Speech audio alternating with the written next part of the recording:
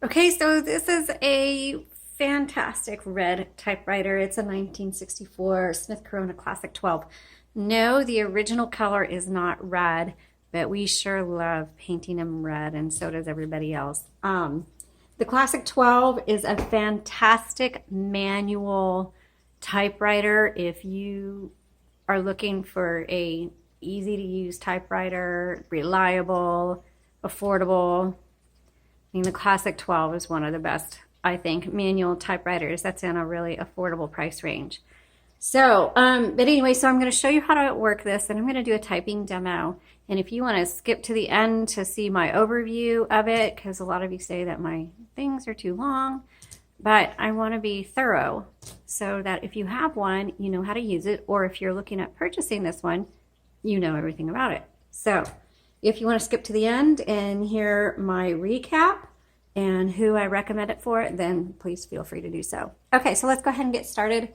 This has a 12-inch carriage, and I always recommend 12-inch carriages to crafters because you never know what size craft project you're going to be working with, and so a 12-inch carriage takes, you can put your paper in landscape, portrait, or if you're using cardstock that's a little bit bigger, or you have a 11 by 17 or something like that, then that'll fit in the 12-inch carriage, no problem.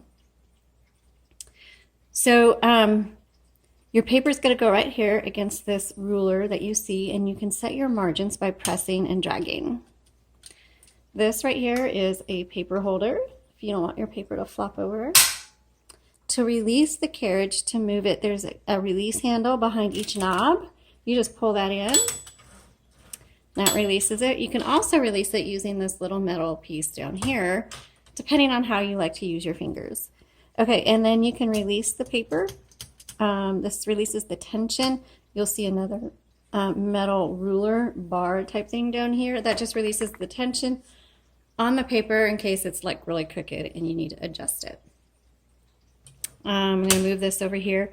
On this side, when you hit the return handle, this is all manual. It's going to advance either 1, 2, or 3 lines, depending on where you have it set. And when you hit the return handle, it advances a half a line. Maybe you want to fine tune it because it's not lining up perfectly with whatever it is you're working on. This tiny little lever, if you push that down, it releases the roller, or it's also called the platen, so that you can do some fine tuning adjustments on that, okay? Just make sure you re-engage it before you get started again. Okay, I'm going to open up the top, but before you do, make sure your carriage is to the left so that the handle doesn't scrape the top. And we're going to pop this open, and inside you're going to see a universal ribbon. You can purchase universal ribbons on our website at jotandtittletypewriters.com. This is a 2-color ribbon. Black goes on top, red goes on bottom. Make sure when you do put in a new one, you thread it appropriately through the guide wires. If you need an up-close photo of how to thread it, you can follow the link in the description and it'll take you to the product listing. And even if it's sold, you should be able to see the photos I have on there. Also, when you get to the end of the ribbon, doesn't mean you need to change the ribbon. There is a ton of ink in these things. So you should be able to reverse the direction of your ribbon by doing click. This little clicky barely moves, but it works. So you reverse the direction of your ribbon. You should be able to do that dozens, plural, of times before you need to change it. Okay, we'll just close that back up. LMH determines how hard those strike bars are going to hit your paper, thereby determining the kind of how dark your font is. Now, let me just say this. Please always be very attentive to your ribbon. As soon as your font starts turning fainter, then stop and check your ribbon and make sure it doesn't need to be reversed. Maybe it starts kind of locking up on you down here. Again, stop and check your ribbon. 1, check and make sure it doesn't need to be reversed. And 2, make sure it's threaded properly. I will tell you that most issues you have with your typewriter are going to be with the ribbon, and most of those times, if you just reverse the direction of your spool, you'll be fine. Okay, and then right here is your color selector. You have tab sets right here. The middle one is actually the tab. This clears the tab. Sometimes I like to hold it and just do this thing, and it clears all of them. And then this set, so maybe I want to, oh, it didn't clear it. Let's make sure that this works. Hold on, let's hit tab. Let's hit clear, and we'll go back.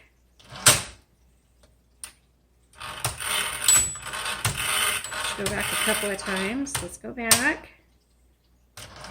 There we go. So, and you just need to hold it and go back and forth a few times on any typewriter you use, sometimes just to make sure the tabs are clear. And then set it where you want it. And then we'll go back and make sure it's set. It didn't. All right, let's try this again.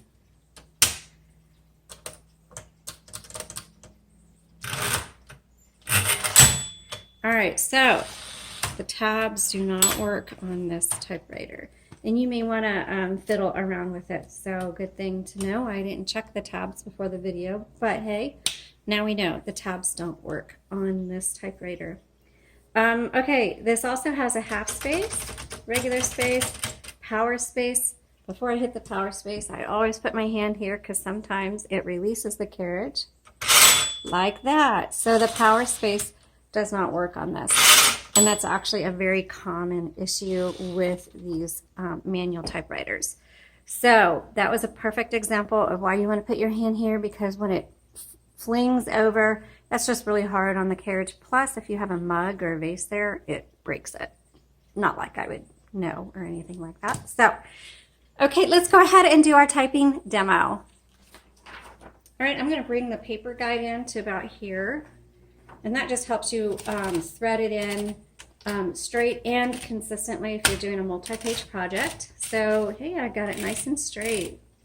Awesome. Okay, so this is, I'm going to do all caps, a 1964. Oh, I forget. Okay, 1964 Smith Corona Classic 12. The Classic, I always forget that the caps on the numbers. I love the Classic 10 and the Classic 12. They're just really good manual typewriters, and they're easy to use.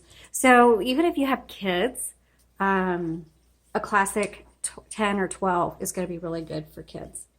Okay, let's switch it to black. And hang on.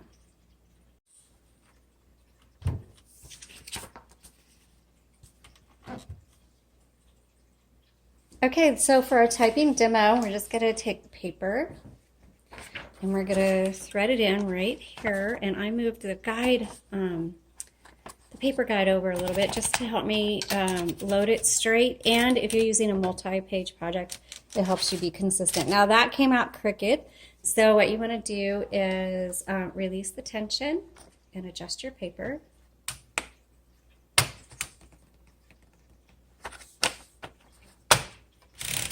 All right, and then let's start typing.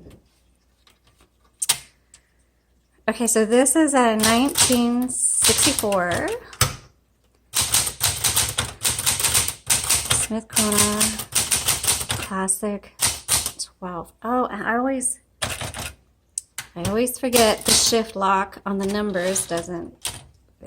Anyway, computer versus typewriter. All right, let's go and just test each key and make sure it's doing good.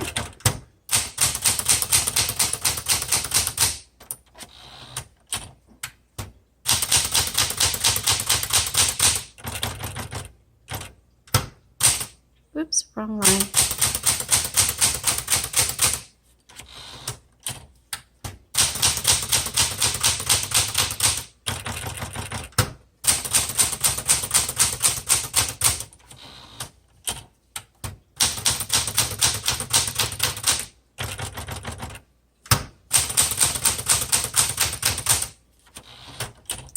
This feels really good. I really like recommending the Classic 10s and the Classic 12s for those of you new to typing, and even for kids, because it's for a manual typewriter, it's still really easy to use.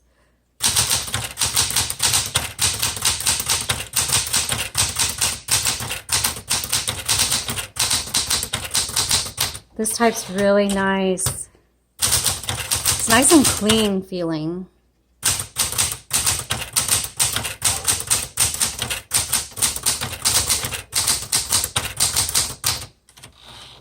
Okay, let's do the red.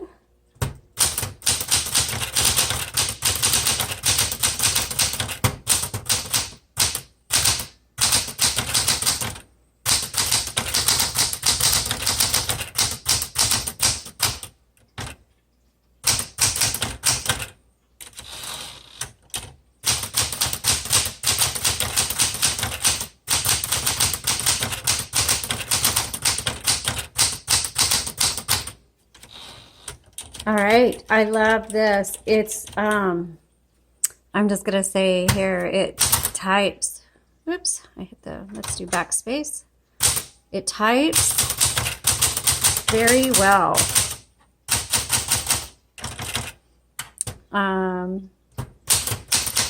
Excellent for kids,